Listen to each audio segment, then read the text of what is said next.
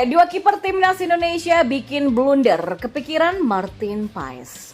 Dan alarm bahaya pertahanan timnas Indonesia, bisa apa Sinteyong? Yang terakhir, ya Marcelino Ferdinand disebut lebih keren ke JDT ketimbang di Oxford United. Simak selengkapnya di sini hanya di Kamus Bola bersama saya untuk Anda.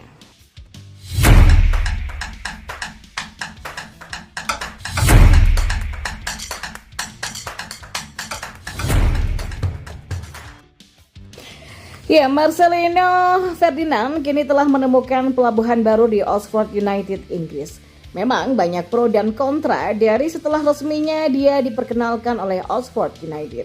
Ya, media Malaysia menyebut jika Marcelino Ferdinand berkarir di JDT maka akan jauh lebih keren ketimbang berlabuh di Liga 2 Inggris. Kenapa demikian? Ya, pernyataan tersebut dilontarkan oleh media Malaysia Palatau Bola.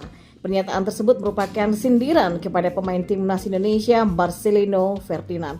Lewat channel YouTube Palatau Bola yang mengatakan berkarir di Johor Darul Takzim jauh lebih keren ketimbang rumput di Liga 2 Inggris. Palatau Bola menyindir soal netizen Indonesia mengenai senggolannya terhadap pemain bintang Malaysia yang bernama Arif Aiman yang masih berkarir di Malaysia bersama JDT. Padahal banyak rumor mengatakan pemain timnas Malaysia itu mendapatkan tawaran bermain di Eropa. Palatau Bola mengatakan dengan tegas bahwa bermain di kompetisi paling elit di Asian atau Liga Super Malaysia jauh lebih tinggi ketimbang beraksi di Liga bawah Inggris. Pernyataan tersebut mendapatkan respon dari sejumlah netizen Indonesia yang melakukan silaturahmi kepada channel tersebut. Mereka beramai-ramai menyebut Palatau Bola iri dengan gebrakan yang dibuat oleh sepak bola Indonesia. Ya, dua kiper berlabel timnas Indonesia Adi Satrio dan Hernando Ari membuat kesalahan saat tampil di pekan ketiga BRI Liga 1. Adi Satrio yang membela PSIS Semarang melakukan kesalahan fatal ketika melawan PSBS Biak pada Jumat kemarin. Momen ini terjadi ketika jalan 4 menit penjaga gawang berusia 23 tahun ini berusaha melakukan build up dari belakang. Akan tetapi ketika ingin mengecoh pemain PSBS bolanya justru berhasil direbut. Beruntung pemain PSBS gagal memanfaatkan kesalahan Adi tersebut menjadi gol. PSIS akhirnya menang tipis dengan 1-0 berkat gol tunggal dari Gali Freitas. Di tempat lain, Hernando Ari juga melakukan blunder konyol di awal laga Persebaya versus Barito Putra. Ia harus memungut bola dari sarangnya ketika pertandingan baru berjalan 30 detik. Momen ini berawal ketika Hernando berusaha menyapu bola ke depan, namun tendangannya tidak sempurna dan mengenai pemain Persebaya lainnya.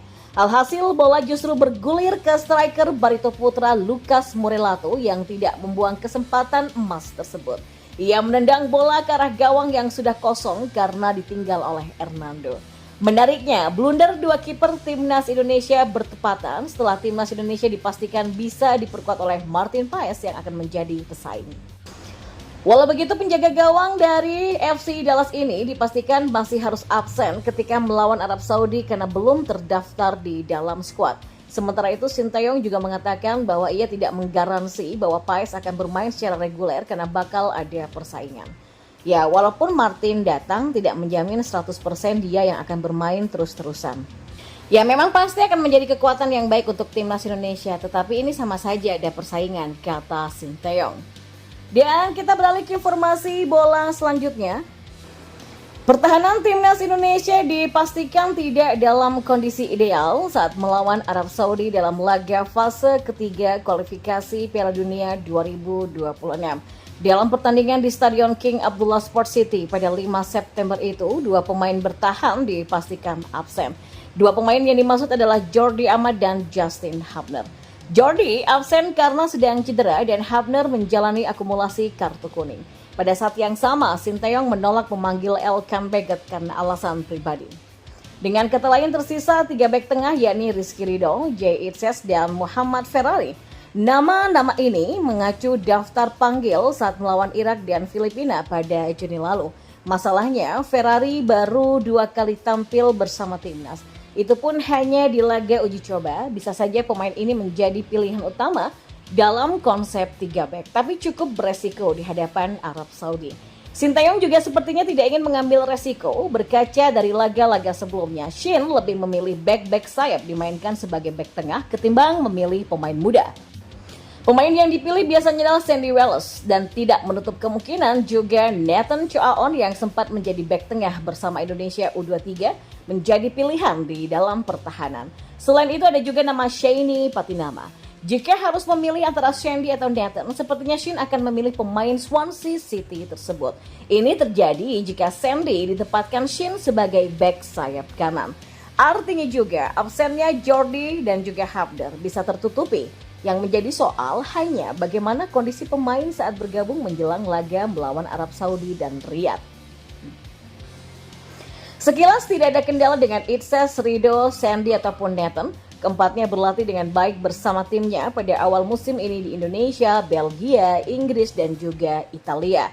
Rido yang menjadi pilihan utama di Persija di Liga 1, Jay belum debut di Serie A. Sandy sudah tampil di Jupiler Pro League pada musim ini dan Nathan tampil sebagai pengganti di Championship. Dalam bursa pertandingan Timnas Indonesia sama sekali tak diunggulkan. Ini karena peringkat FIFA Arab Saudi dan Timnas Indonesia begitu jomplang, 56 berbanding 133.